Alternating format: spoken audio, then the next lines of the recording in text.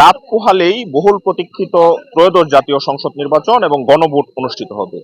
এজন্য কিন্তু প্রশাসন সব ধরনের পরিস্থিতি নিয়েছে ময়মনসিংহের ভালুকাতে। আমরা দেখছি যে এই যে ময়মনসিংহ জেলার যে ভালুকা উপজেলা, এইখানে আমি এখন রয়েছে উপজেলা পরিষদ হল রুমে। এখানে কিন্তু নির্বাচনী যে সরঞ্জামাদি রয়েছে সেগুলো বিতরণ করা হচ্ছে উপজেলা প্রশাসনের পক্ষ থেকে। একটু আমরা দেখাচ্ছি যে বিভিন্ন কেন্দ্রে কিন্তু নির্বাচনী যে সরঞ্জামাদিগুলো রয়েছে, যেমন ব্যালট সহ বাংলাদেশের নাম্বার ওয়ান স্টিল বিএসআরএম যে ব্যালট বক্স এবং অন্যান্য যে সামগ্রী লাগে, সেগুলো কিন্তু উপজেলা প্রশাসনের পক্ষ থেকে এখন বিতরণ করা হচ্ছে। ময়মনসিংহ জেলার যে ভালুকা উপজেলা রয়েছে, এটি ময়মনসিংহ 11 সংসদীয় আসন। এই আসনে মোট ভোটার সংখ্যা রয়েছে 3,55,147 জন। এই যে এই যে সংসদীয় আসন, এই সংসদীয় আসনের যে ভোট কেন্দ্রগুলো রয়েছে, তার মধ্যে মাত্র 8টি কেন্দ্র পুলিশ রেকর্ড অনুযায়ী ঝুঁকিপূর্ণ হিসাবে বিবেচনা করেছে, এবং সেগুলো কিন্তু আমরা দেখেছি যে পুলিশ যথেষ্ট তৎপর রয়েছে, এবং যৌথ বাহিনীর সদস্য যারা রয়েছে তারাও কিন্তু কাজ করছে যেন কোনো রকম অপ্রীতিকর ঘটনা ছাড়াই যেন এই ত্রয়োদশ জাতীয় সংসদ নির্বাচন শেষ হয়, সেটি কিন্তু যে সাধারণ মানুষ এমনটি প্রত্যাশা করছেন। আমরা এই মুহূর্তে রয়েছে উপজেলা পরিষদে, আমাদের সাথে রয়েছেন এই যে নির্বাচনী সংসদীয় আসন, এই সংসদীয় আসনের যে এক্সিকিউটিভ ম্যাজিস্ট্রেট এবং সহকারী কমিশনার ভূমি ইকবাল হুসাইন।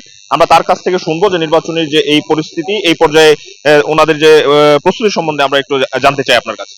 জি, ধন্যবাদ আপনাকে। আমরা এই ত্রয়োদশ জাতীয় সংসদ নির্বাচনে যত ধরনের আহ, নির্বাচনটি সুষ্ঠু, নিরপেক্ষ এবং সুন্দর করার জন্য যত ধরনের কার্যক্রম গ্রহণ করা দরকার, আমরা সকল ধরনের কার্যক্রম গ্রহণ করেছি। ইতিমধ্যে আপনি দেখতে পাচ্ছেন আমাদের অলরেডি ব্যালট বিতরণ অলমোস্ট অর্ধেক শেষ হয়ে গেছে। আমরা আশা করছি 3টা থেকে 3:30 নাগাদ আমরা ব্যালট গুলো সম্পূর্ণ বিতরণ করে দিব। সেই সাথে আমরা আমাদের সম্পূর্ণ উপজেলাটাকে 2টা মেইন অংশে ভাগ করেছি, এবং 2টা মেইন অংশকে আমরা পরবর্তীতে আরো 5টা ভাগে ভাগ করেছি নিরাপত্তার স্বার্থে।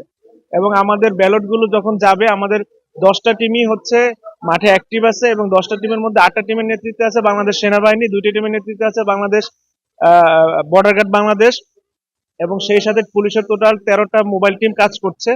সো কোনো কেন্দ্রে কোনো রকম অনিয়ম কোনো কিছু হওয়ার, মানে অপ্রীতিকর কোনো কিছু হওয়ার সম্ভাবনা নাই। আর নির্বাচন পরবর্তী এবং নির্বাচন পূর্ববর্তী যে কোনো ধরনের অপ্রীতিকর ঘটনা মোকাবেলা করার জন্য আমরা সচেষ্ট আছি। ধন্যবাদ। আচ্ছা, প্রার্থীরা আমাদের সর্বোচ্চ সহযোগিতা করছেন। আপনি জানেন ভালুকা একটি শিল্পাঞ্চল এলাকা।